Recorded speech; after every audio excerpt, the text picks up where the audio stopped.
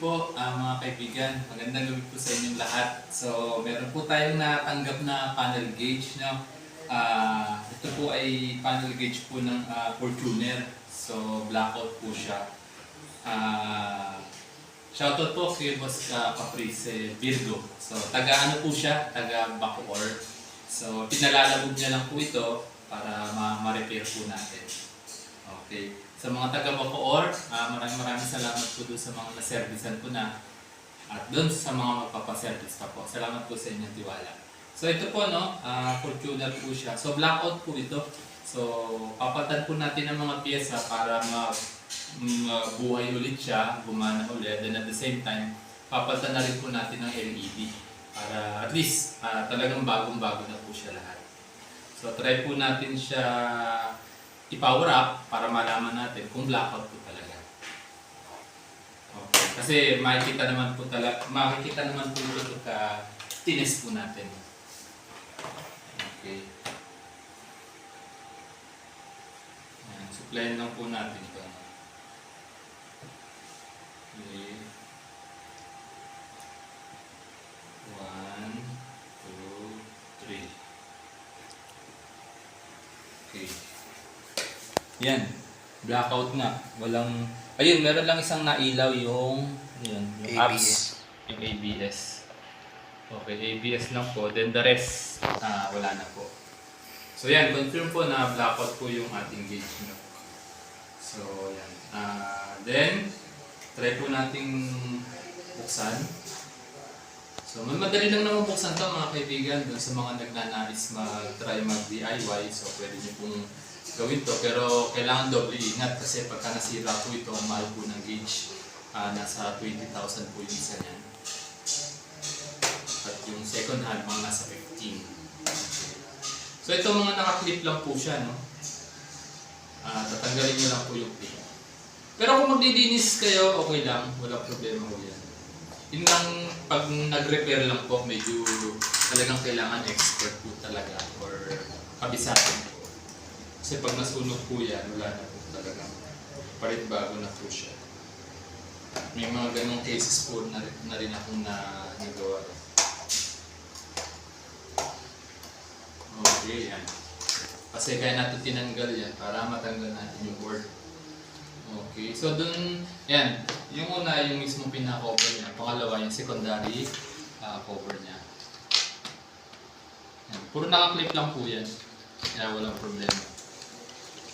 Okay. Yan. Gabi ko po, kanina po ito na-receive ko. Then, siguro mga alas 2. Kaso nga lang, ngayon ko po gagawin gabi. Kasi nag-work po ako sa isang manufacturing company. So, ayan, natanggal na natin. Tapos, kung gusto nyo tanggalin itong needle, make sure lagyan nyo lang po ng marking yung pinakadulo ng needle. Para pagka sinalpak nyo, alam nyo po kung paano nyo ibabalik. Since ako po, kabisado ko na po siya, kaya kahit hindi ko na po lagyan, dami ko na pong nagawang ganito, kaya wala na pong problema dyan. Alam ko na po kung paano yung alignment niya. Tapos ito, yan, cover lang naman to, no? Kaya plastic siya, plastic. Tapos ito, yung needle, itong LCD, ingatan nyo lang to, itong tabi nyo lang siya. Kasi baka mabagsak, mabasag. Mahal po yan. Then ito, naka-clip lang din siya. Tanggalin nyo siya. Okay, yan. Tapos, ayan. Yan na po. So, ayan. Papalitan po natin itong mga piyesang ito. IC, capacitor, diode, lahat po yan. Isang set na po para pang matagalan na po siya. Then at the same time, itong mga LED na yan ang mga sunog na. So katagalan na po yan, kaya ganyan na po yung itsura niya. Usually ang LED kasi 5 years lang po yung ano niyan yung lifespan. So beyond that, bonus na lang po yun.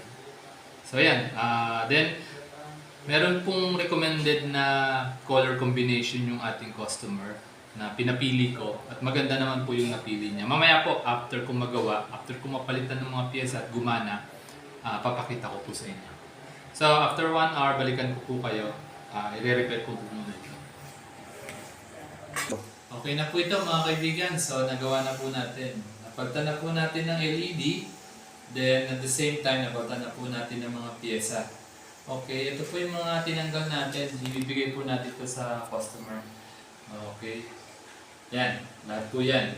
LED, yung mga dilaw na medyo maitim na. Tapos itong diode, IC, capacitor. Yan, kompleto po yan. No? Then ito po yung ating mga pyesa na ginamit. So kung makikita nyo, bago po lahat yan, silyado pa. Then at the same time, branded po yan lahat. Para to make sure na siguradong walang magiging problema at hindi puputok yung pyesa. So yan. Okay. Then, ayan, bago natin ikabit, inisin po muna natin itong case niya kung madumi na siya. So gamit lang kayo ng brush. Okay. Tapos, tanggalin nyo lang po itong plastic. Oh. Kasi ano yan nag-stay po dyan yung dumi. Ayan, yun o. So kapag hindi nyo nalinis yan, although bago yung LED nyo, baka yung kulay or yung liwanag niya hindi magpantay. Ayan. Kaya mas maigi po. Yan, nalilinis mo po yan.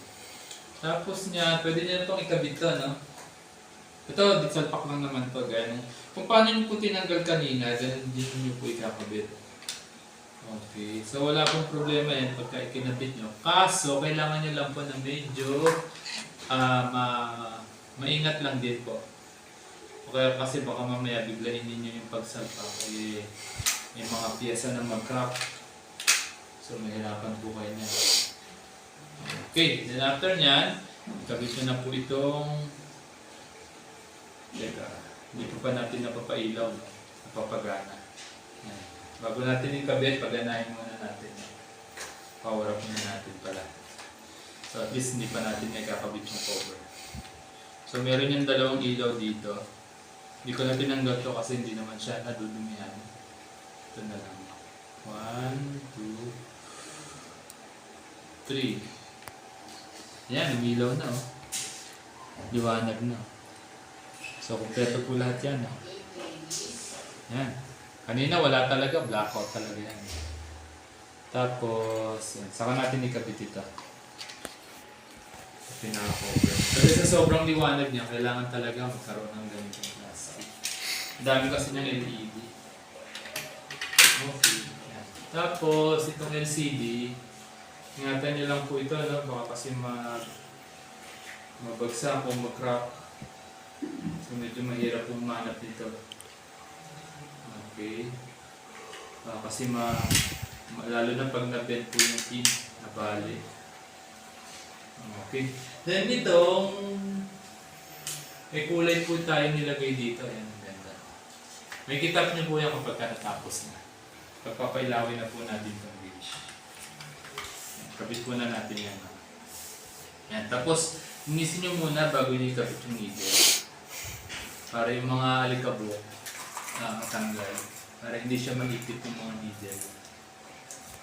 Okay. So, gaya ng nabanggit ko kanina, kung saan po siya nakatapat, before nyo hugutin, doon nyo rin po ibalik. Para po tama po yung pagkaka-align niya. Yung pagkaka-calibrate. Huwag niyo po masyadong ikabaon kasi minsan pagka masyadong baon na baon siya, sumasayad po yung katawan ng needle dito sa plastic. Kaya ang nangyayari po, hindi siya makaangat. Kaya ang gagawin nyo, after nyo ibaon, yan, i-ano nyo lang po ng konti. Dito. I-ikot nyo lang po. Pakaramdaman nyo kung may nasayad. Pagka may nasayad po, iangat nyo lang ng konti siya. Ayan. Ito, tapat lang po ito sa 0. Ayan. Okay. Itong dalawa, naka-offset lang po siya, kaya kailangan, or mahalaga, kailangan merong marking. Ito walang problema kahit walang marking to, kasi gaya nga nabanggit ko, nakatapat lang siya sa 0. Tapos, ikot niyo po siya. Tapos pag naikot niyo na at walang sumasayad, ilagay niyo po lang din sa pinakataas, sa pinakagitna. Okay, yan. Ilagay niyo lang po ng ganyan. Kasi mamaya malalaman natin yan, magkakalibrate po yan. Para malaman po natin kung nagawa natin ng maayos. Kasi kailangan gumalaw yan eh. Kapag hindi gumalaw yan, At hindi mag-calibrate yan, so may problema pa po siya. Okay. Ngayon nilagay po natin siya doon sa pinakataas. Then, ito linisin niyo po ng acrylic cleaner. Ito, papakintab. Lalo na yung loob. Para magmukhang bago po siya. Yan. Para mukhang bagong gauge na siya ngayon. Kasi yung mga dumi na natatrap, dyan, hindi naman siya basta-basta natatanggal. Talagang nag-i-stay na lang siya dyan.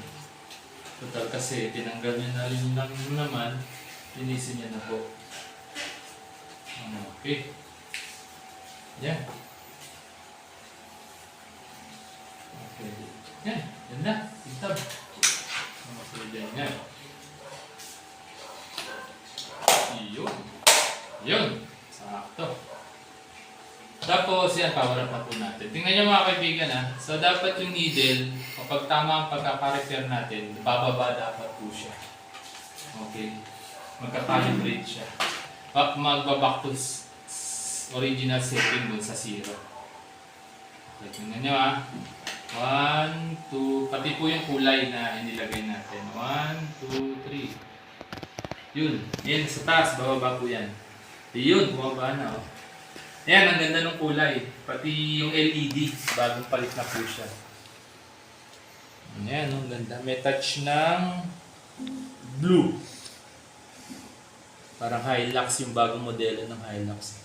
Ang odo niya ay 156,680. So medyo mababa, no?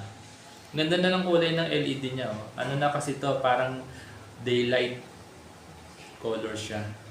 Daylight white. Yan, good na po ito. So maraming salamat po, Sir Virgo, sa taga Bacoor. Pwede na po ito mapaship by tomorrow. I-upload ko muna yung video sa YouTube, then padala ko po sa inyo. So mga kaibigan, maraming salamat po sa inyong suporta. So yung mga yung details po kung saan ako nagsiservice, yung phone number ko nandun po sa bawat sa description ng bawat vlog ko. Paki-check niyo na lang po doon. So muli, maraming salamat sa inyong suporta. Thank you po.